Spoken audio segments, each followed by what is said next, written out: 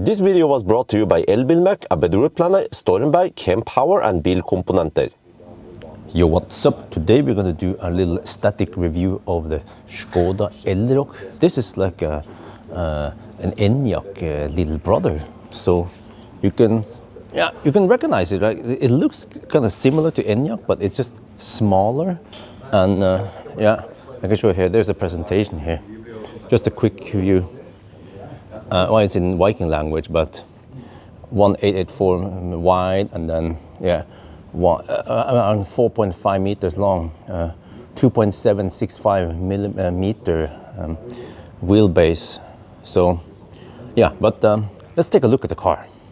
Okay, this doesn't have the top package, but you will get some kind of illuminated grille-ish also here. And let me see here, we have 360 camera. Let's start with the back. We do the external stuff. Oh, okay, they had the dog cage in here. More lift gate. Anhaltekopplung. Just press this button here. Just like you know it from other cars, and then you just, wait, I just kick it in. There, okay. But yeah, look at the trunk. Ooh, fairly spacious trunk. And look here. I've never seen a car with this kind of solution. Here we have 12 outlets. I have to check if we have it in front. You see, very practical solution on things. Also here, the same shelf strap there, hooks for securing cargo. They look kind of cheap, at least they're metal. And then here we have a cover. And if you open up here, okay, not that much. Wait. Does this look like a subwoofer? I suspect that this might be the subwoofer. But okay, so, well, okay. This material seems a bit cheap-ish, but I don't think we need to be too picky. And you can see some of the wire there, but you know, it's like the poor man's Skoda, right? So here, look, very practical. We have the ice scraper here with tire, how is this again? Tire depth. Yeah, here. You can also check how much of the tire is left. So it's located there. And then, let me see. Oh yeah, look, then the charging cable is here on the partial shaft. Yeah, I mean, why not? Then at least it won't get lost until you take off the partial shaft. But yeah, at least they're trying to make things different.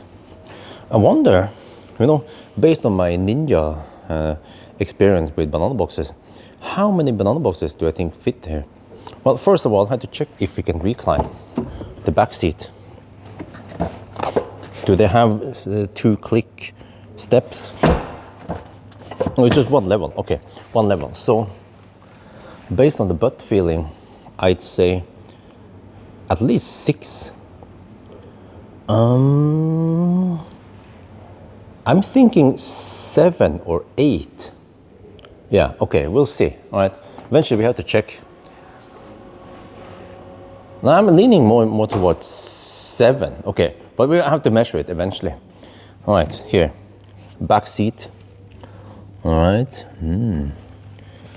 nice. Oh, you see, they actually make this seat long enough.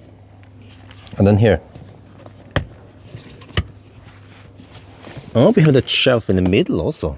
Oh, interesting. We have 2 USB-C there. Air vents here in the back. Also seat heater controls there. And you can actually adjust some stuff here. Let me see. Oh, how do you take this down? You have to poke in and then... here. Okay. Center console with cup holder. How does it work? Oh, okay, then you flip out the cup holder. It's a bit short. So, which means that if you're sitting like this, you can kind of make it work, but no, it should be a little bit longer, but okay, no table, nothing there. And then, of course, ski opening. Yeah, that is Norway approved. And then headrest can be adjusted, all 3 individually. Oh, okay, headroom. We're talking about roughly 1/5 of headroom. I'm still 173 centimeters. Let me check the middle seat. Okay, slightly worse in the middle seat, but I can feel like it's not a super spacious car. And also, I don't know if you see it here, but the middle seat, I'm sitting like this-ish, right? So not the best seat comfort. In the side seats, you sink a little bit down. Yeah, and you can poke your feet under the front seat. But I mean, it's still okay. Yeah, all right, door pocket there. I mean, seat pocket there. Also a little pocket here for putting your phone. And then here, a lot of hard plastic. Door pocket there.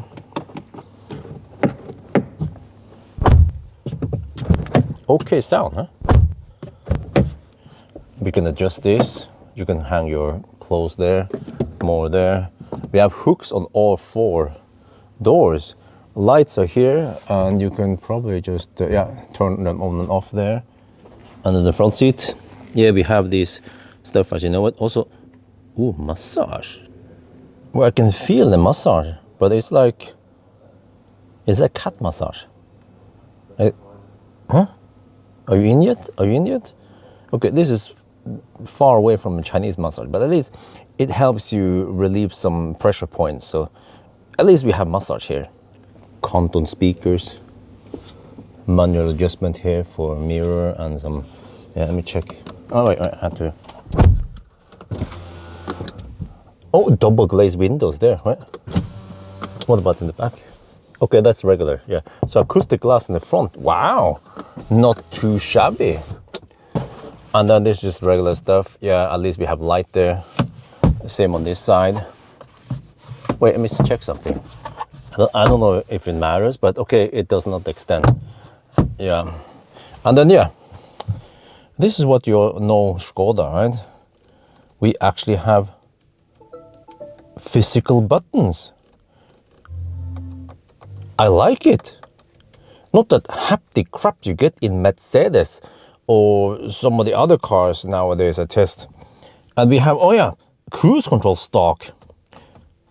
You know, nowadays I borrow an Audi SQ6 e-tron, and it also has similar cruise control stock. It is brilliant. Blinker stock there. And then this is its wiper. And then gear knob is here. That's kind of weird, but I mean, that's just the way it is with other Skodas also. Key fob just looks like the other ABRP cars. They only have one variant, and then there will be a Volkswagen logo or Skoda logo there. Here we have place for charging your phone. It fits my modern Samsung Galaxy S9 Plus. Wait, does it show here that it's charging? There. You can click it. It is charging. Oh, it's charging schnell. Oh yeah, okay, good. And then we have cup holders here, but what kind of cups are these? These are tiny cups, man. I can't even fist these cup holders. All right, we have this bridge design. Oh, with light there also. And here we have a quite big center console with this solution. You can take out this shelf, and then there's like a box, whatever, and then you can even take out this box to free up more space here. So yeah, nice. We're just gonna put all that stuff back there. And then let me check. Oh yeah, we have just conventional air vents here. And then this is what I also know from other ABRP cars. We have the assist, we have the mode, we have the park assist, we have climate here, and some, yeah, this is a taxi parking light. And oh, look at that, ambient light also. Wow. And then let me check the bridge design here. Okay, it made some ding dong because I left the car. What, see, huh? A little pocket there for putting your passport. And here we have the light settings.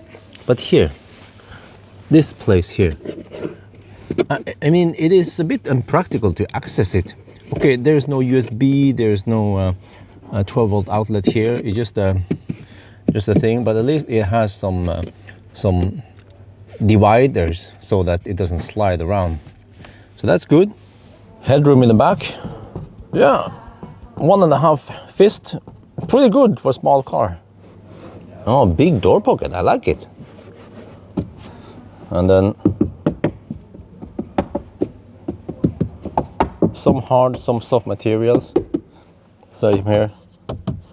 And then we have this instrument cluster. Wait, is this like a... Well, it is kind of small, you know?